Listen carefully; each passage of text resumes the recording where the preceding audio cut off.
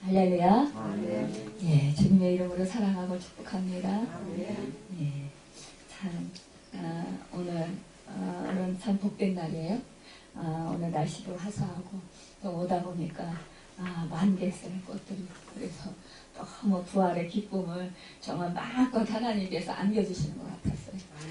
그래서 더 정말 한이 차고 더 기뻤습니다. 우리 하나님께서 우리에게 이렇게 참 선물로 이 세상 만물을 통하여서 우리에게 주셨어요. 그럼에도 불구하고 우리는 왜 그렇게 기뻐하지 못하고 마음껏 정말 즐거워하지 못하고 하나님께 감사하지 못하고 찬양하지 못하고 살아가는지 모르겠어요. 참 우리가 살아가면서 이 세상에서 우리가 주님께서 베풀어 놓으신 그 은혜들을 마음껏 누리고 산다라면 참 자유롭고 좋을 거예요. 행복할 거예요. 그런데 우리가 그렇게 살지 못하기 때문에 늘 눌려서 또 참 가슴 아파하면서 힘들어하면서 그렇게 힘들게 살아가는 것 같습니다. 이런 모습을 보면서 우리 주님이 참 안타까워하실 것 같아요. 야, 내가 너희를 위해서 정말 내 몸까지 아끼지 아니하고 주었고 너희를 위해서 정말 모든 것을 다 구비해서 조금도 부족함이 없이 그렇게 풍족하게 채워주었는데도 불구하고 너희들은 내가 준 것들을 마음껏 누리지 못하고 또 기뻐하며 즐거워하며 행복하게 살지 못하니 참으로 가슴 아프구나 그러면서 그냥 마음이 아파하실 것 같아요. 우리는 내가 부모된 입장에서 자식들을 생각할 때 그 자식들이 정말 즐거워하고 기뻐하고 행복해하는 그런 모습을 보면 나도 마음이 좀 무엇인가 때문에 좀 힘들었다가도 그 자식들의 그 얼굴을 보면서 그 웃는 모습을 보면서 야, 모든 시름이 싹 눈몇없이 사라지면서 그러면서 마음이 기뻐지고 괜히 행복해지고 즐거워지고 또 앞으로 살아갈 그 기대와 희망이 생기는 것을 보게 돼요. 그런 것을 생각할 때 우리가 기뻐할 때 우리 주님도 우리 아버지 하나님께서도 이런 마음이 되지 않을까 우리는 그런 생각을 해보아야 된다는 것입니다. 여러분 오늘 말씀의 제목은 떨어진 것을 회개하여 첫사랑을 회복합시다 라는 제목을 오늘 참 정해봤습니다. 여러분 이 말씀의 제목을 들으면서 여러분은 어떤 생각이 드시나요? 부담스럽습니까? 아니면은 또 어떤 말씀을 하실까? 그러면서 나를 고치고 세우는 그런 시간을 갖습니까? 여러분 그래요. 우리가 참으로 그 무엇보다도 우리가 참 주님과 주님이 사랑했던 것처럼 나도 또한 주님을 사랑할 수 있는 또한 우리가 주님의 사랑을 마음껏 누리면서 그러면서 행복하게 살아갈 수 있는 우리가 되었으면 참 좋겠습니다. 그럼에도 불구하고 우리가 그렇게 살아가지 못할 때에 참 마음이 많이 아파요. 우리 하나님도 마음이 많이 그런 모습을 보면서 아파하실 것 같아요. 그럼에도 불구하고 우리 하나님은 여전히 우리를 사랑하신다는 것입니다. 우리가 죄 가운데 있든지 우리가 정말 하나님 마음을 슬프게 할지라도 우리가 정말 우리 하나님 아버지의 마음의 그 기대에 차지 못할지라도 우리 하나님은 여전히 끝까지 우리를 포기하지 아니하시고 변함없이 사랑하신다라는 그 사실입니다. 그리고 오매불망 우리를 찾아서 늘 사랑하기를 쉬지 아니하시는 그 하나님이라는 것입니다. 결코 그 사랑하는 마음을 포기하시지 아니하시는 그 하나님이시라는 것입니다. 오늘 요한계시록은 신약성경 중 마지막 성경입니다. 뿐만 아니라 신약성경 중에 유일한 예언서입니다. 이 예언의 말씀을 듣고 또 읽고 듣고 듣는 사람에게 축복을 약속해준 또 유일한 성경이기도 해요. 이 예언의 말씀을 읽는 자와 듣는 자들과 그 가운데 기록한 것들을 지키는 자들이 복이 있나니 때가 가까웁니다. 계시록 1장 3절에 말씀하고 있습니다. 여러분 이 그 마지막 때, 우리는 이 마지막 때에 살고 있습니다. 그래서 주님이 재림하실 이 가까운 때, 이 마지막 때, 이 때에 살아가면서 우리는 또한 이 마지막 때에 살아가는 그 일곱 교회에게 그 말씀하셨던 그 말씀들을 우리가 이 시간 또 상고해 보면서 주님의 음성을 들어야 되겠어요. 이 에베소 교회는 소아시아 지방에서 으뜸가는 도시이자 반모섬에서 약 60마일 떨어져 있는 일곱 교회 중에 가장 가까운 위치에 자리한 도시였고요. 또 이 사도 요한의 말하자면 목회하던 그런 교회였어요. 그래서 이 교회가 초대교회를 대표합니다. 사도 요한은요, 요한계시록을 쓴 이유를 이렇게 말합니다. 주의 날에 내가 성령에 감동하여 내 뒤에서 나는 나팔소리 같은 큰 음성을 들으니 가로되 너 보는 것을 책에 써서 에베소, 서마나, 버가모, 두아디라, 사대, 빌라델비아, 라우디게아 일곱 교회에 보내라. 이 음성을 들었어요. 그래서 사도 요한이 이 주님의 말씀을 듣고 그것을 기록해서 편지로 보내게 됩니다. 그런데 이 당시 예루살렘 교회가 큰 환란을 당해서 흩어져 있었어요. 교회의 중심 세력이 소아시아에 집중되어 있기 때문에 더욱더 이 주님께서 소아시아에 있는 이 교회들에게 편지를 보내라는 거예요. 이 소아시아 지방의 특징이 있는 일곱 교회를 말하는데 이 일곱 교회는 지상에 있는 모든 교회에게 교훈을 주려 했던 거예요. 그렇기 때문에 우리들은 이 교회들에게 하신 말씀을 거울 삼아 우리 자신이나 교회가 큰 교훈을 받을 수 있습니다. 여기 맨 먼저 소개되는 교회가 에베소 교회인데 에베소에 소재한 이 교회는 사도 바울이 제3차 전도여행 때 설립한 교회예요. 이 에베소는 아시아 지방의 주요 도시인데요. 그 정치와 경제와 문화와 무역과 교통 등 각 방면의 그런 중심지였어요. 흔히 말하기를 아시아의 상류 도시로 불렸습니다. 이 로마로 가는 대로에 위치한 지리적 조건 때문에 이 에베소는 교통의 요충지였고요. 또한 항구 도시로서 번창하고 웅대한 그런 돈 많은 상업의 중심지였어요. 특히요, 이 에베소에서 유명한 것은 아데미 신전이 있었는데요. 이 신전은 길이가 130m예요. 넓이가 67m예요. 또 20m나 되는 둥근 기둥이 127개나 세워져 있는 신전으로서 거창한 대리석 건물이라고 하는데 고대 세계의 7대 불가사의 중 하나로 알려져 있어요. 이만큼 여기가 우상이 아주 굉장히 많은 그런 도시였어요. 이 아데미 신과 그 신전 에베소인들에게 얼마나 중요한 것을 우리가 정말 알 수가 있어요. 이 신지하는 범죄한 사람들의 도피처로 제공되었기 때문에 그 주변은 세계에서도 악명 높은 그런 범죄의 소굴이 되었어요. 또한 이 신전에서는 그 유명한 에베소 부적을 팔았습니다. 또 아이 못 낳는 부부나 불치병에 걸린 병자, 또 안전한 여행이나 사업 성공을 바란 자들이 아무 뜻도 모르는 말로 부적을 사갔는데 에베소 부적은 세계에서 가장 효력 있는 부적으로 이름났다라는 거예요. 에베소는 이렇게 미신과 범죄와 부도덕과 혼합민족으로 뒤범벅이 된 말하자면 정말 악의 도시였다라는 거예요. 이 에베 출신의 그 헤라클리투스는요, 말하기를 누구든지 에베소 사람은 어디서나 볼 수 있는 부도덕에 울지 않을 수 없다라고 했다라는 거예요. 이마만큼 이 에베소 지역이 부패했다라는 거예요. 정말 이 땅에 기독교가 발붙이기 보다에는 너무나 불리한 땅이라는 거예요. 그러나 바울은 이 다른 지방에서보다 이 에베소에서 오래 머물러 있으면서 정말 전도하기에 힘썼다라는 거예요. 그렇지만 정말 죄악이 관영한 이 땅에서 또한 회개하고 주님 품으로 돌아오는 그런 영혼들이 또한 많았다라는 것입니다.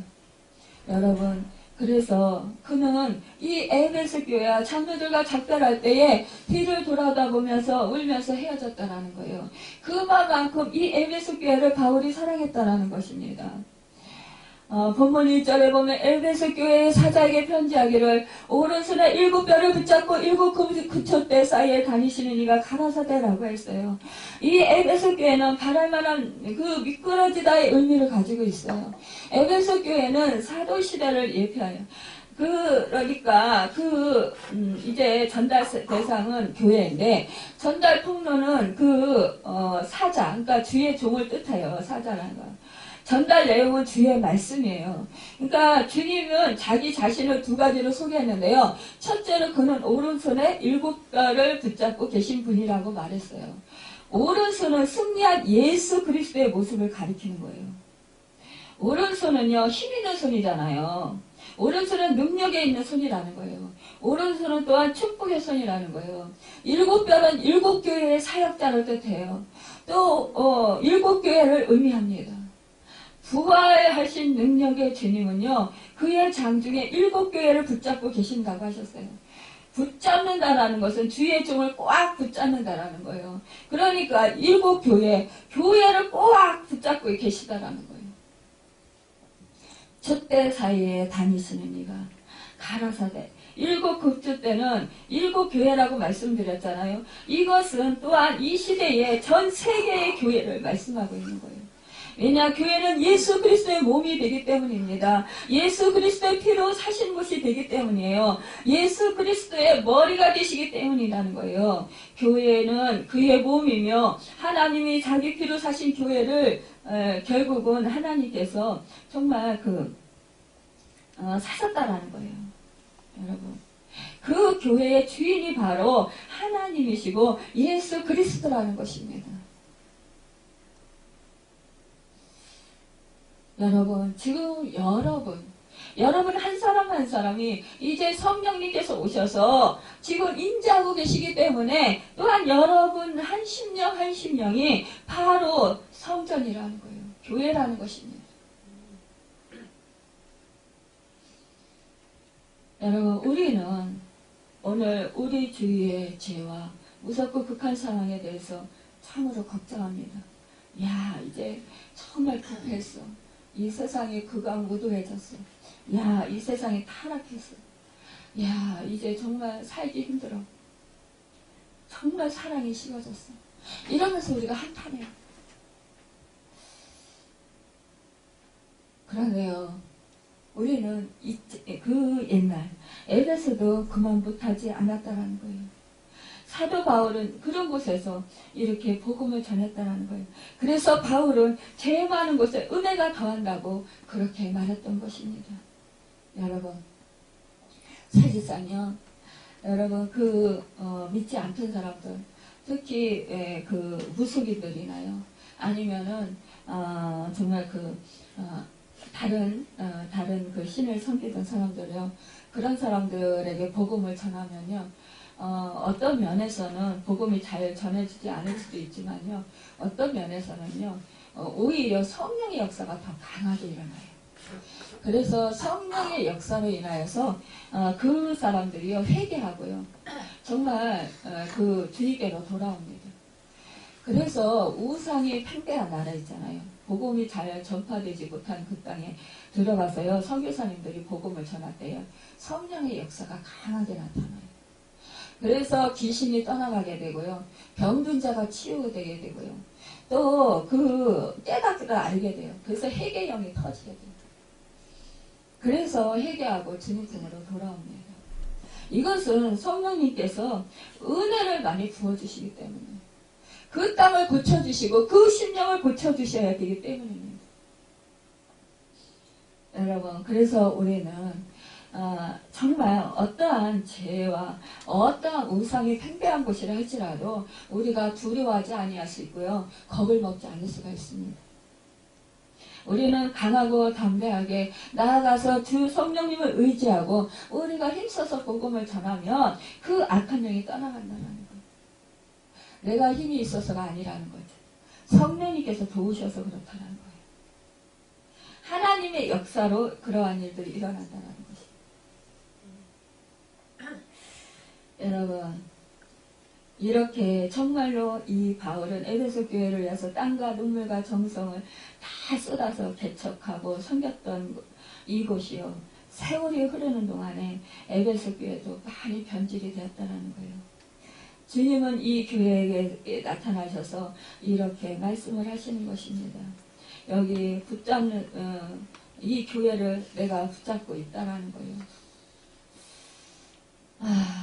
이제 주님은 이 일곱 교회 별을 모두 자기의 힘 있는 능력으로 오른팔로 붙잡아 보호하고 있다라는 거예요. 그래서 주님은 요한복음 10장 28절에 말씀하시기를 내가 저에게 영생을 주노니 영원히 멸망치 아니할 터이요 또 저희를 내 손에서 빼올 자가 없느니라 이렇게 말씀하고 있습니다. 예루살렘 교회가 환난을 당하고 있을 때 스데반과 야고보는 순교를 당했습니다. 베드로는 투옥을 당했어요. 교인들은 사방으로 흩어졌습니다. 교회는 영영 없어지는 것 같았어요. 그러나 베드로는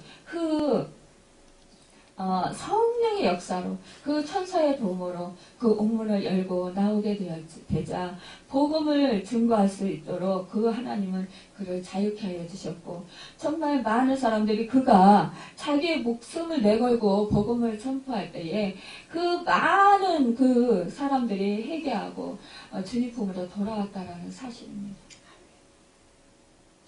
여러분 교회는요 이렇게 환난을 당했지만 그러나 정말 부흥의 역사가 더 강하게 일어난다는 거예요.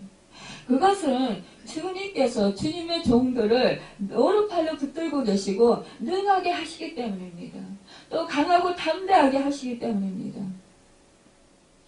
이 주님이 오늘날 우리 모두에게도 장증인 가운데 붙들고 계시다라는 것을 확신하시길 바랍니다. 여러분, 주님의 보호는 확실해요. 주님의 보호는 완전하신다는 거예요. 주님은 자기 백성들을 오른손에 붙잡고 불꽃 같은 눈동자로 지키신다는 거예요. 여러분, 여기 또한 일곱 금촛대라고 했어요. 이 일곱 교회를 말씀하고 있다고 했습니다. 이 일곱 교회는 우리 주님은 이 일곱 금촛대 사이로 다니신다고 했어요. 이것은 주님께서 교회의 일체를 살피시고 쉬지 않고 감찰하신다라는 사실을 말씀하고 있는 거예요. 주님은요 자기 피로 사신 교회를 결코 내버려두지 않는다라는 것입니다. 그 촛대인 일곱 교회 사이를 다니시면서 보호하시고 지키시고 간섭하시고 다스리신다라는 거예요. 여러분 지금요 우리 교회에도 우리 주님이 지금 불꽃 같은 눈동자로 지키시고 또 일체를 살피시고 쉬지 않고 감찰하시고 계신다는 거예요. 지금 이 시간에도 성령님께서 운행하고 계시고요. 임재하고 계시다라는 거예요. 여러분 지금 눈으로 보이지 않고 만져지지 않고 잡히지 않는다 할지라도요. 이 시간 주님이 이 자리에 함께 계시다라는 그 사실 여러분 잊지 마시길 바랍니다. 아멘. 그 사실을 잊지 아니할 때 여러분은 정신을 똑바로 차릴 수 있습니다. 여러분 이 시간 정말 주님께 집중할 수 있는 것이에요. 이 시간 주님이 이곳에 있다라고 믿지 못하는 순간 여러분 잠들 수도 있습니다. 여러분 핸드폰을 만질 수도 있습니다. 여러분 딴 생각할 수 있습니다. 몸은 이곳에 와 있다 할지라도 마음과 생각은 전혀 다른 곳에 있을 수 있다는 거예요. 그런데 이곳에 여러분 주님이 여러분과 함께 하신다는 사실을 생각할 때 여러분 절대로 둘 수 없어요. 여러분 내가 사랑하는 사람이 있으면 그 사람 앞에서 내가 정말 어떻게 그 사람이 기뻐하는 모습으로 내가 있어야 될까? 아마 생각하게 될 것입니다. 내가 어떻게 하면 그 사람을 좀 기쁘게 해줄까? 내가 사랑하는 사람에게 어떻게 해주면 만족시켜줄까? 내가 행복하게 해줄까? 이런 생각을 할 거란 말이에요. 근데 여러분 사랑이 식어지면 어떡하겠어요? 아이고 네가 알아서 하지 뭐. 네가 어떻게 돼도 난 상관없어. 그래 나는 관심조차 없어. 여러분 이러지 않겠어요? 여러분 우리 주님은 이 7교회를 특별히 사랑하셨습니다. 지금 전 세계에 있는 교회를 다 사랑하십니다. 여러분 한 사람 한 사람, 여러분 한 사람을 정말로 사랑하십니다. 주님은 에베소 교회에 대해서 말씀하실 때에요, 우리 주님은 늘 이렇게 말씀하셔요. 늘 처음에는요 칭찬을 하셔요. 또 위로하셔요. 그리고요 나중에 가서는 꼭 책망하십니다. 잘못된 것을 말씀하셔요. 그러니까 처음에 우리는 위로를 마음껏 받았어요. 칭찬을 마음껏 받았어요. 그럼 마음에 만족함이 있어요. 기쁨이 있어요. 그러고 나서 나중에 책망하는 말씀을 들으면 아, 내가 잘못했구나. 그러면서 마음을 다시 다잡아요. 이게 저는 주님을 음성을 들을 때마다 이런 것들을 저는 체험을 합니다. 그러면서 야, 우리 주님은 언제나 참 좋으신 주님이시오. 우리 주님은 언제나 나를 사랑하시오. 그러면서 마음이 늘 충만해요. 우리를 사랑하신 주님은 칭찬하시기를 먼저 칭찬하신데 책망하신다는 사실을 여러분 잊지 마시기 바랍니다. 우리는 주께서는 칭찬하시기를 더 기뻐하시고 단점보다는 장점을 먼저 보신다는 뜻입니다. 이것은 하나님의 크신 사랑을 뜻해요. 그렇기 때문에 우리는 감사할 수 있습니다. 여러분 먼저 우리 에베소 교회의 칭찬한 내용을 봅시다. 주님은 내가 내 행위와 수고와 내 인내를 안다라고 칭찬했어요. 우리는 에베소 교회의 행위와 수고와 인내가 무엇인지 잘 모릅니다. 어떤 이는 이 말씀을 데살로니가전서 1장 3절의 말씀과 연결시켜요.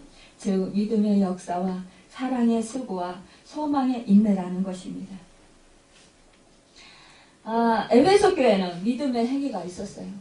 살아있는 고기는 물결을 거슬러 올라가요. 근데 죽어있는 고기는 어떻게 돼요? 물이 흐르는 대로 그냥 따라갑니다. 그냥 밀려가요. 그래가지고 저 밑에 낭떠러지로 다 떨어져 죽어요. 어차피 죽은 거예요. 죽은 고기는 다 떨어져 날아가게 됐어요. 이렇게 힘이 없다라는 거예요. 그렇지만 산 고기는요, 물결이 아무리 세더라도요, 거슬러 올라가야 되면 거슬러 올라갑니다. 살기 위해서 발버둥을 칩니다. 여러분, 이런 거와 같이 우리도 또한 이렇게 그 참믿음과 참믿음으로 그 믿음에 합당한 그런 행위를 해야 된다는 거예요.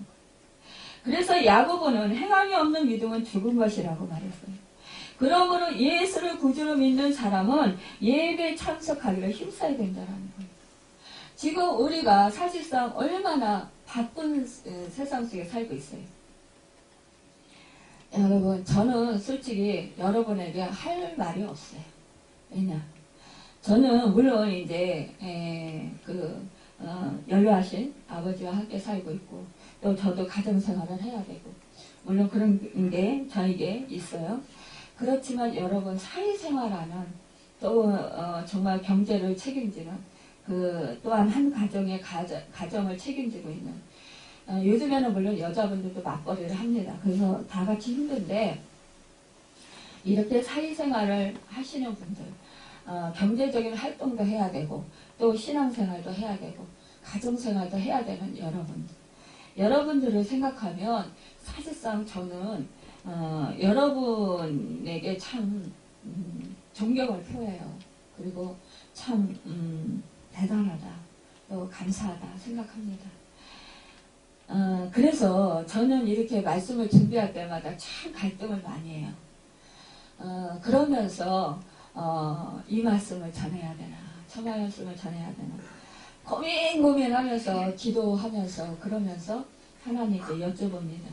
혹시라도 여러분이 정말 상처를 받지 않을까, 여러분이 힘들게 정말 이 교회에 오면 위로를 받고 싶고, 이 교회에 와서는 또 새 힘을 얻고 싶고, 교회에 와서는 좀 편안하고 싶은데, 그런데 교회에 와서 오히려 그 어깨에 무거운데, 그 세상에서 힘들었는데 교회에 와서 또 더 큰 짐을 지워주는 건 아닌가, 그런 생각 때문에 참 저도 이렇게 설교 준비를 하면서 참 마음의 갈등을 많이 느껴요.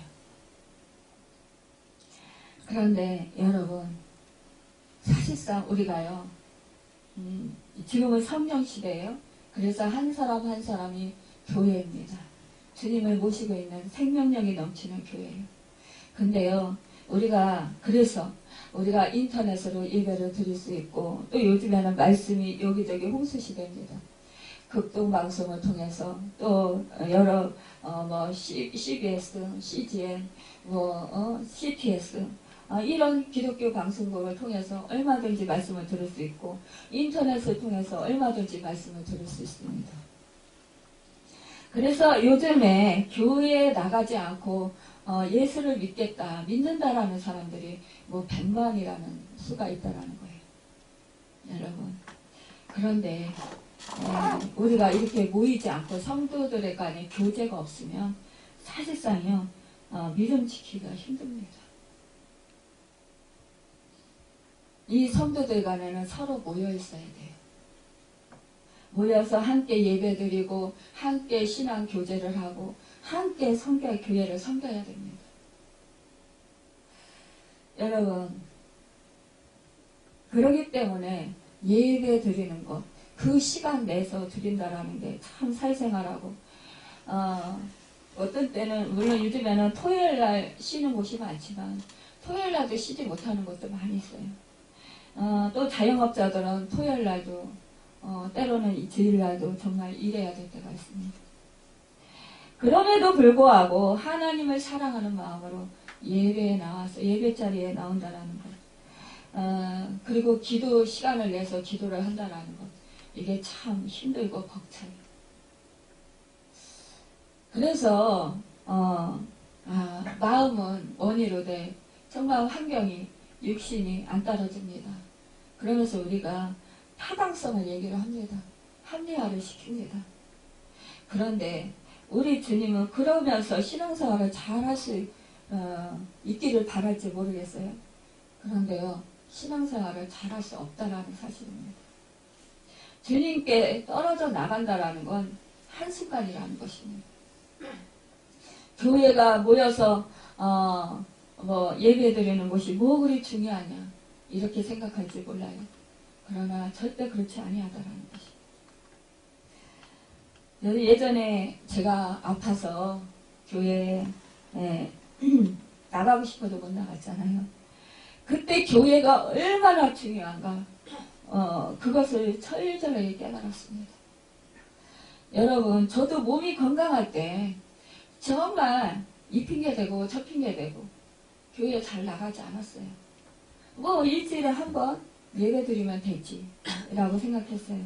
그렇게 기도에 힘써야 되나 이렇게 생각을 했었습니다. 그런데 여러분, 우리가요, 이렇게 고정된 그 시간에, 고정된 장소에 나와서 예배 드리고 기도 드리는 것, 이것은 신앙의 훈련입니다. 이 훈련을 여러분 소홀히 한다면 여러분은 끝까지 믿음을 지킬 수 없다라는 사실입니다. 여러분, 우리가 운동선수들을 보게 됩니다. 운동선수들이요, 운동 하는 훈련을 받는 것을 게으리 하는 사람들이 좋은 성과를 얻던가요? 절대로 좋은 성과를 얻을 수 없습니다. 정말 자기가 금메달을 따고 1, 2, 3등을 하려면 남이 잠잘 때 나는 잠을 자지 못합니다. 그만큼 깨어서 일을 해야 돼요. 여러분, 그만큼 운동 연습을 해야 되고요. 머리를 써야 되고요. 그만큼 집중을 해야 돼요. 자기를 갈고 닦아야 된다는 것입니다. 여러분, 그 운동선수들, 이름 있는 운동선수들 얘기 다 들어보십시오. 정말 눈물 나는 피나는 그 고생들을 다 했던 사람들이에요. 수없이 넘어지고 수없이 깨지고 수없이 다치고 죽을 것 같은 그런 고비들을 수없이 넘기면서, 그러면서도 그것을 끝끝내 포기하지 않았다라는 사실입니다. 우리는 이 핑계 저 핑계 될 수 있어요. 그렇지만 내가 정말 믿음에서 떨어지지 아니하려면 여러분, 우리는 정말 행위의 수고를 아끼지 않아야 된다는 거. 그런데 우리 주님은 이 에베소 교회가 정말 이렇게 힘썼다라는 것, 믿음의 역사와 사랑의 수고와 소망의 인내를 이루었다라는 것을 우리 주님은 이 에베소 교회 그 믿음을 지켰다라는 것을 칭찬한다라는 거예요. 우리 주님은 이러한 사실을 안다라는 것이에요. 우리 주님은요, 우리의 모든 사정을 다 아시고 계시는 거라는 거예요. 우리의 충성을 아시고, 우리의 안타까운 사정을 다 아신다라는 거예요. 에베소 교회의 충성을 아시는 하나님은 우리의 충성도 아실 줄 믿습니다. 여러분은 사랑의 정의를 한마디로 무엇이라고 할까요? 에스더 사자는요, 그것은 희생이다라고 정의합니다. 사랑은요, 수고를 감수합니다. 사랑은 희생을 자체합니다. 자녀를 위한 부모의 수고가 있기 때문에 자녀가 잘 자랄 수 있고요. 또 정말 장성한 사람들이 될 수가 있습니다. 여러분, 남편을 위한 아내의 수고도 다 사랑이고요. 또한 그 아내를 위한 그 남편의 수고도 다 사랑 때문인 것입니다. 주님은 사랑하시기 때문에 모지고 쓰리고 아픈 십자가 희생도 사용치 않으셨던 것이에요. 수고나 희생이 없는 입으로만의 사랑은 거짓이라는 거예요. 에베소 교회는 말로만 사랑한 것이 아니라 주님을 위한 큰 수고와 희생을 감당했다라는 거예요. 이것은 그들이 주님을 처음으로 사랑했기 때문이라는 것입니다. 여러분에게 주님을 위한 사랑이 있습니까? 그렇다면 여러분은 주님을 위해서 무엇을 수고했습니까? 여러분, 에베소 교회는 또한 소망의 인내가 있었다라는 거예요. 믿음에는 행함이 따르고 사랑에는 수고가 따른 같이 소망에는 인내가 따른다라는 거예요. 야곱은 야엘을 사랑했어요. 그는 그녀를 아내 삼기 위해 소망을 가지고 14년을 하루같이 수고했다고 그랬어요. 욥은 후일에 나타날 주님의 축복을 바라고 재앙과 질병과 고통을 참고 견디었어요. 여러분, 스데반 집사는요, 무서운 핍박의 돌멩이를 맞고 죽으면서도 천국문이 열리는 하늘 소망을 보고 그는 참았습니다. 여러분, 생각한데 현재의 고난은 장차 우리에게 나타날 영광과 좋게 비교할 수 없도다. 로마서 8장 18절을 말씀하고 있습니다. 여러분, 히브리서 기자는 너희가 갇힌 자를 동정하고 너희 산업을 빼앗기는 것도 기쁘게 당한 것은 더 낫고 영원한 산업이 있는 줄 아미라고 했어요. 그래서 시인은 말하기를 여호와 자기 하나님께 그 소망을 두는 자는 복이 있도다 라고 했습니다. 여러분, 이 소망으로 천국 영광을 가슴 깊이 간직하면서 인내하시길 바랍니다. 여러분, 또한 게으르지 아니했다고 했어요. 이러한 참고 고통을 정말 그 거짓된 것을 내가 드러낸 것과 또 내가 참고 내 이름을 위하여 견디고 게으르지 아니한 것을 내가 아노라 이렇게 말씀하고 있습니다. 거짓된 자들은 로마와 동방 사이에 위치한 무역노인 에베소에 많이 등장합니다. 특히 니골라 당의 정체를 드러냈습니다. 바울은 내가 떠나면 흉악한 일이가 너에게 들어와서 그 양떼를 아끼지 아니하며 라고 하고 에베소를 떠날 때 자기가 떠난 후에 이 악한 일이와 같은 이단자들이 일어날 것을 예언했어요. 바울이 에베소를 떠난 후 그의 예언과 같이 이단자들은 에베소 교회에 들어와서 자칭 사도라고 하며 교인들을 유혹했습니다. 그러나 에베소 교회는 그런 이단의 유혹에 넘어가지 않을 뿐 아니라 도리어 그들의 그릇된 교훈을 폭리했던 것이에요. 니골라당의 정체는 7집사 중에 한 사람이었어요. 그들의 주장을 한번 믿은 후에는 어떠한 행동도 죄가 되지 않는다라는 것이에요. 육체는 약하기 때문에 죄 지을 수밖에 없다고 미화한다라는 거예요. 이들은 기독교의 적이 된다라는 거예요.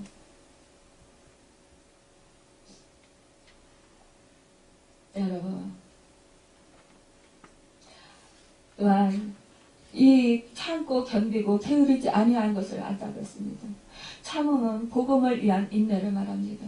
견딤은 박해 속에서도 예수 이름을 지킨 견딤이라는 거예요. 열심은 초대교회가 지녔던 신앙의 열심을 가리킨다는 거예요. 그런 사람은 끝까지 견디는 자는 구원을 얻으리라 말씀하는 거예요. 여러분, 그렇기 때문에 여러분 날마다 마음을 같이하여 성전에 모이기를 힘쓰라고 했어요. 예수님이 이 땅에 오셔서 정말 그 3년 동안 공생애를 할 때요. 그때 사역을 할 때 정말 그 오병이어의 놀라운 그 역사를 이루어 주셨습니다. 물고기 두 마리와 보리떡 5덩어리를 가지고 남자만 장정만 5,000명을 먹이고 12바구니를 나겠다고 그랬어요. 또한 우리 주님은 정말 귀신들 쫓아주시고 또 그 모든 병든 자를 치유해 주시고 죽은 자를 살리셨습니다. 또 천국 복음을 전하셨고 또한 그 제자를 부르셨어요. 또한 그 하나님 우리 주님께서는 또한 그 많은 사람들을 정말 하나님의 사랑으로 또 품어주셨습니다. 죄 지은 자를 우리 주님을 정죄하지 아니했고 그를 사랑했습니다. 그를 용서했고 또 그들을 품어주셨고 그들을 또한 사랑하셨습니다. 여러분, 그런데 그때에 많은 사람들이, 수많은 사람들이 정말 우리 주님을 애워쌌어요. 근데 우리 주님이 십자가를 지시려고 붙잡히셨을 때 그때 어떻게 했습니까? 모든 사람들이 다 떠나갔어요. 여러분, 우리는 그런 떠나는 사람들처럼 되지 말아야 된다는 것입니다. 어떠한 박해와 어떠한 고난이 내 앞에 있다 할지라도 여러분, 주님을 붙잡으시길 바랍니다. 그것이 내가 사는 길이요, 그것이 나에게 참된 복된 길이라는 것입니다. 여러분, 우리 7촛대 사이로 다니시면서 살피신 주님께서는 여러분, 지금 우리 교회와 우리 가정을 승리하시면서 우리의 죄 많음을 인하여 슬퍼하실 줄 모릅니다. 또한 우리의 불충함을 보시고 근심하실 줄 모르겠어요. 또한 우리 주님이 우리의 나타냄을 보시고 탄식하실지 모르겠습니다. 우리의 믿음 없음을 보시고 실망하실지 모르겠어요. 그러나 우리 주님은요, 그럼에도 불구하고 우리의 허물과 죄를 보시고 불쌍히 보시고 용서하실 것입니다. 주님은 우리의 가난함을 보시고 영적인 부유로 채워주시려고 더욱더 힘써서 우리를 찾고 계실지 모르겠습니다. 우리를 기다리고 계실지 모르겠습니다. 우리 주님은 우리의 슬픔을 보시고 위로해 주실 것입니다. 우리의 그 질병을 보시고 고쳐주실 것입니다. 여러분, 주님은 우리 약한 자들을 붙들어 주시고 그 고통 중에 있는 자들을 하늘 평강을 주실 것입니다. 여러분, 눌린 자에게 여러분 자유를 주실 것입니다. 여러분, 이렇게 그 에베소 교회는요, 인내와 열심을 칭찬받았어요. 내가 참고 내 이름을 위하여 견디고 게으르지 아니한 것을 내가 아노라.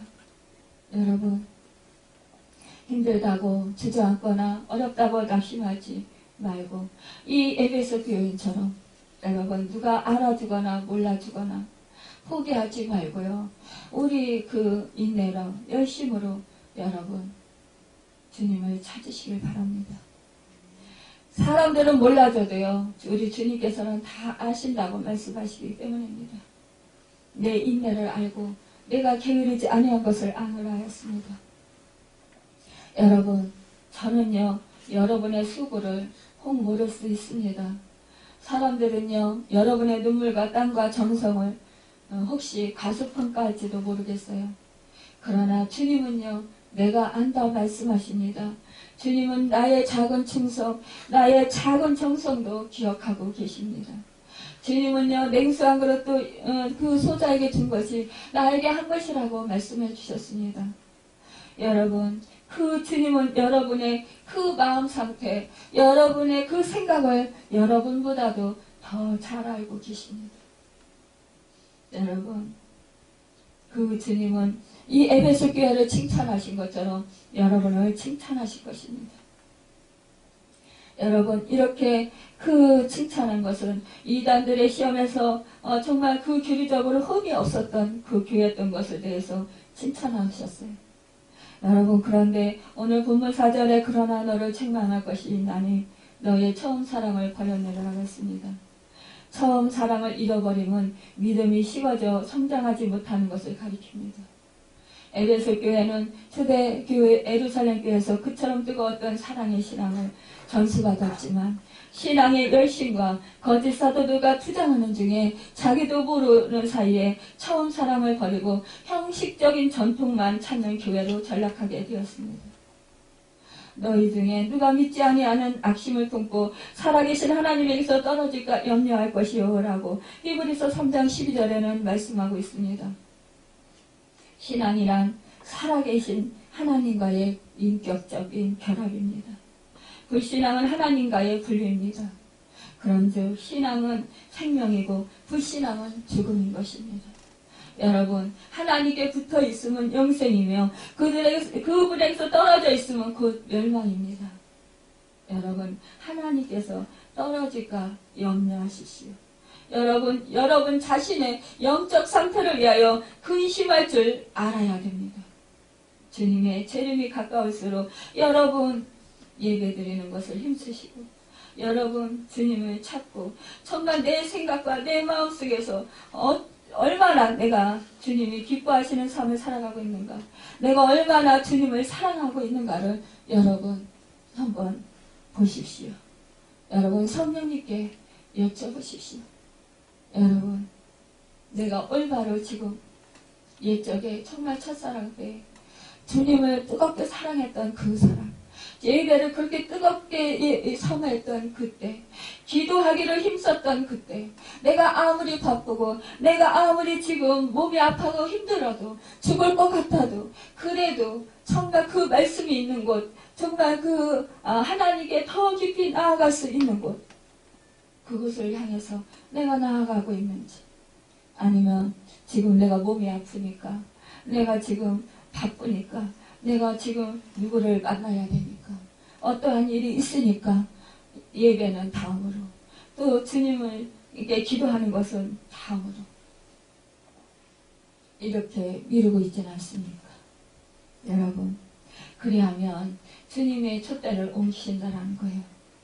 여러분, 이제 여러분 서로가 서로를 정말 사랑으로 돌보고 사랑으로 서로를 또한 더욱더 주님께로 가까이 나아갈 수 있도록 또한 권면하고 또한 서로를 위해서 정말 기도를 하는, 또 여러분 그 한 영혼을 가슴에 품고 전도하는 여러분과 제가 되길 바랍니다. 승리하는 자에게는 상을 주시는데 하나님의 예비하신 천국에서 생명나무의 열매를 먹고 영생하는 축복을 주신다고 했습니다. 땅에서 희귀의 열매는 하늘에서 축복의 열매로서 거두어지게 됩니다. 회개를 축구합니다. 믿음이 식어진 언니를 점검하라는 것입니다. 회개는 성도의 최고 축복입니다.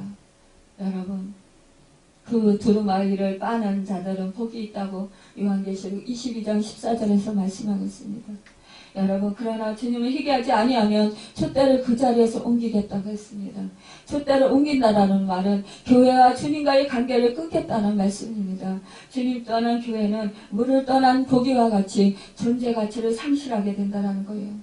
여러분, 우리는 주님으로부터 무엇이라고 말씀을 듣겠습니까? 여러분, 우리 주님은 회복을 권면하십니다. 이제 회개하라, 천국이 가까웠으니라고 말씀하십니다. 여러분, 회개에 합당한 열매를 맺으라고 합니다. 이제 우리의 마음과 생각을 다시 고쳐잡고 또 우리가 행위로서 그 모든 것을 또한 그 믿음 안에서 굳건히 세워야 됩니다. 여러분, 이기는 자만이 에덴 동산을 차지할 수 있습니다. 이기는 자만이 천국을 소유할 수 있습니다. 이기는 자만이 상급을 받을 수 있습니다. 여러분, 이제 다시 우리가 회개하고 또 떨어진 것을 무엇인지 또 깨달아서 우리가 온전히 돌이켜서 첫사랑을 회복합시다. 그래서 여러분과 제가 정말 생명나무 그 열매를 얻는 여러분과 제가 되길 바랍니다. 여러분, 정말 우리 주님이 공중재림하실 때 그때 기쁨으로 흰옷 입고 맞이하는 여러분과 제가 되어서 또 하나님께서 예비하신 그 정말 축복들을 누리면서 영생 복락을 누리는 여러분과 제가 되기를 예수님의 이름으로 축원합니다. 기도하겠습니다.